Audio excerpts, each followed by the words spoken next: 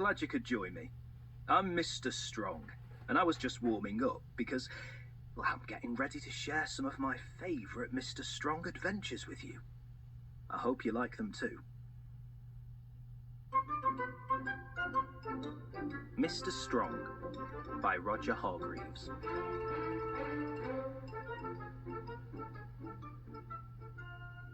This is the story of Mr. Strong. Mr. Strong is the strongest person in the whole wide world. The strongest person there has ever been, and probably the strongest person there ever will be. He is so strong, he can not only bend an iron bar with his bare hands, but he can also tie knots in it. Mr. Strong is so strong, he can throw a cannonball as far as you or I can throw a tennis ball. Mr. Strong is so strong, he can hammer nails into a wall just by tapping them with his finger. Strong by name and strong by nature. And would you like to know the secret of Mr. Strong's strength? Eggs. The more eggs Mr. Strong eats, the stronger he becomes. Stronger and stronger and stronger. Excellent. Anyway, this story is about a funny thing that happened to Mr. Strong one day. That morning, he was having breakfast. And for breakfast, he was having eggs, followed by eggs. And to finish, he was having, guess what? That's right, eggs. That was Mr. Strong's normal breakfast. After his eggy breakfast, Mr. Strong cleaned his teeth. And as usual, he squeezed all the toothpaste out of the tube. And as usual, he cleaned his teeth so hard, he broke his toothbrush. Mr. Strong gets through a lot of toothpaste and toothbrushes. After that, he decided to take a walk. He put on his hat and opened the front door of his house. What a beautiful day, he thought to himself, and stepping outside his house, he shut his front door. Bang! The door fell off its hinges. Mr. Strong gets through a lot of front doors. Then Mr. Strong went for his walk. He walked through the woods. But he wasn't looking where he was going and walked slap bang into a huge tree. Crack! The huge tree trunk snapped and the tree thundered to the ground. Whoops, said Mr. Strong. He walked into town. And again, not looking where he was going, he walked slap bang straight into a bus. Now, as you know, if you or I were to walk into a bus, we'd get run over, wouldn't we? Not Mr. Strong. The bus stopped as if it had run into a brick wall. Whoops, said Mr. Strong. Eventually, Mr. Strong walked through the town and out into the country, to a farm. The farmer met him in the road, looking very worried. What's the matter? Asked Mr. Strong. Oh, it's my cornfield, replied the farmer. It's on fire, and I can't put it out. Mr. Strong looked over the hedge, and sure enough, the cornfield was blazing fiercely. Water, said Mr. Strong. We must get water to put out the fire. But I don't have enough water to put a whole field out, cried the worried farmer. And the nearest water is down at the river, and I don't have a pump. Then we'll have to find something to carry the water, replied Mr. Strong. Is that your barn? He asked the farmer. pointing to a barn in another field. Yes, I was going to put my corn in it, said the farmer, but... Can I use it? Asked Mr. Strong. Yes, but... replied the perplexed farmer. Mr. Strong walked over to the barn, and then do you know what he did? He picked it up. He actually picked up the barn. The farmer couldn't believe his eyes. Then Mr. Strong carried the barn above his head down to the river. Then he turned the barn upside down. Then he lowered it into the river so that it filled up with water. Then, and this shows how strong Mr. Strong is, he picked it up and carried it back to the blazing cornfield. Mr. Strong emptied the upside-down barn full of water over the flames. Oh, however can I thank you? The farmer asked Mr. Strong. Oh, it was nothing, remarked Mr. Strong modestly. But I must find some way to reward you, said the farmer. Well, said Mr. Strong, you're a farmer, so you must keep chickens. Yes, lots, said the farmer. And chickens lay eggs, went on Mr. Strong, and I rather like eggs.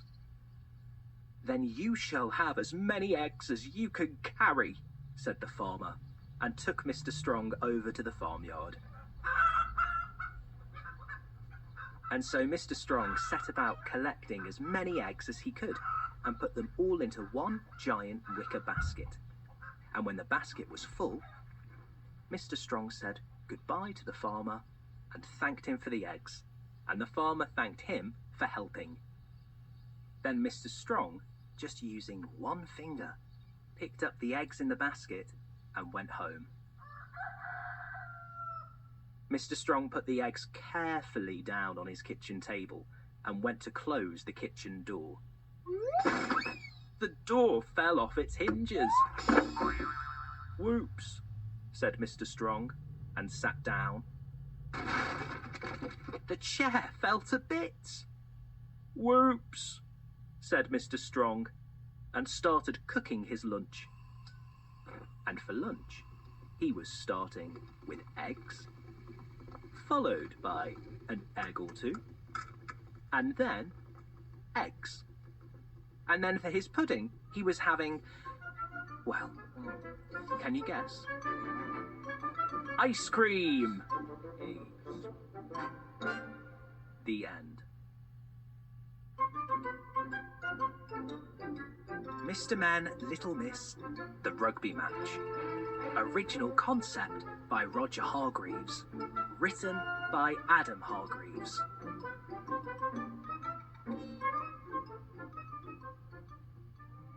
Mr. Strong was very excited. He was going to play in the biggest rugby game of his life. He was the captain. It was his rugby team. And they were going to play the best side in the world, the All Reds, who had never lost a game. He got up very early and had breakfast. Lots of eggs to keep him strong. And then he cleaned his rugby boots. But being Mr. Strong, he polished his boots so hard that he wore them down to nothing. Whoops, thought Mr. Strong. Luckily, he had a spare pair. Then he tested the match ball. He squeezed it to see if there was enough air in it.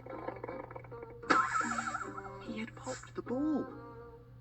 Whoops. Whoops indeed. Mr. Strong really does not know his own strength. Luckily, he had a spare ball too. It was a very proud moment for Mr. Strong when he stepped out onto the pitch.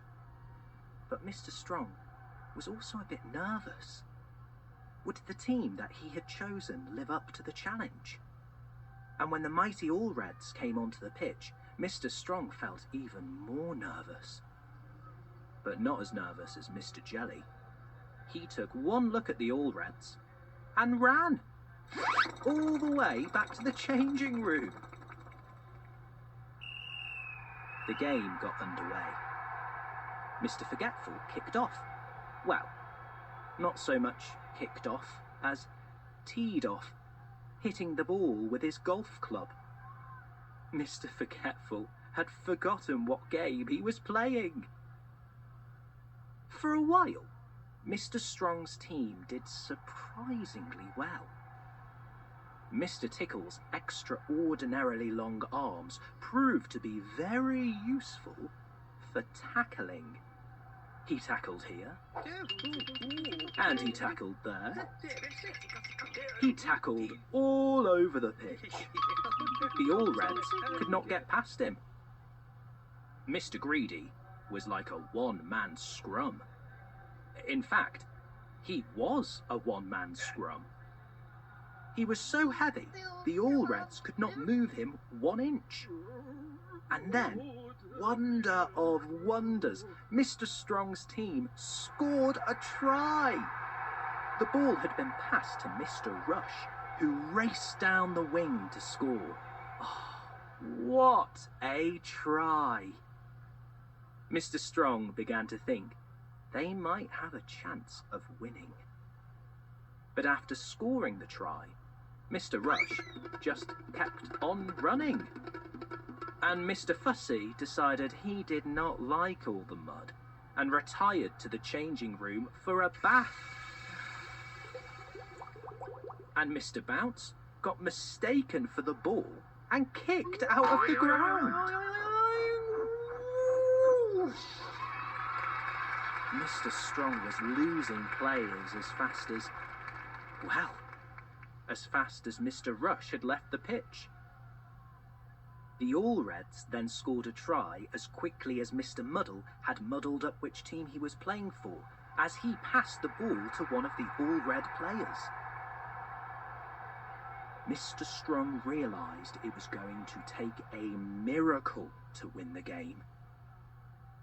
There was only a minute left to play.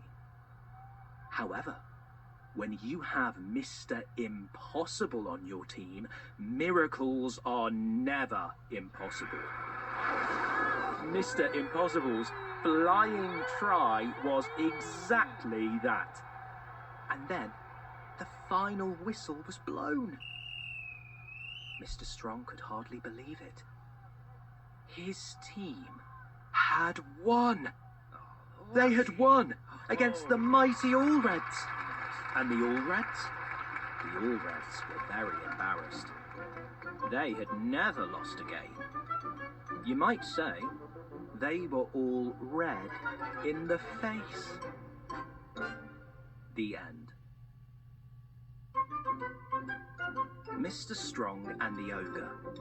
Original concept by Roger Hargreaves. Written by Adam Hargreaves. Mr. Strong is the strongest person in the world. He is so strong, he can balance an elephant on one finger. But quite recently, it looked as though Mr. Strong might have met his match. One day, Mr. Strong met Little Miss Tiny on his way home from the shops. Little Miss Tiny was crying. "Whatever is the matter?" asked Mr. Strong. Little Miss Tiny told him. She had been walking back to her house, carrying a lollipop over her shoulder, when a huge, ugly ogre had leapt out from behind a bush, blocking her path. "Give me your lollipop," the ogre had demanded. Poor Little Miss Tiny had no choice but to give the ogre her lollipop. Mr. Strong was appalled. "It is not far to my house," he said. "I'll make you a cup of tea, and we can work out what is to be done." With Little Miss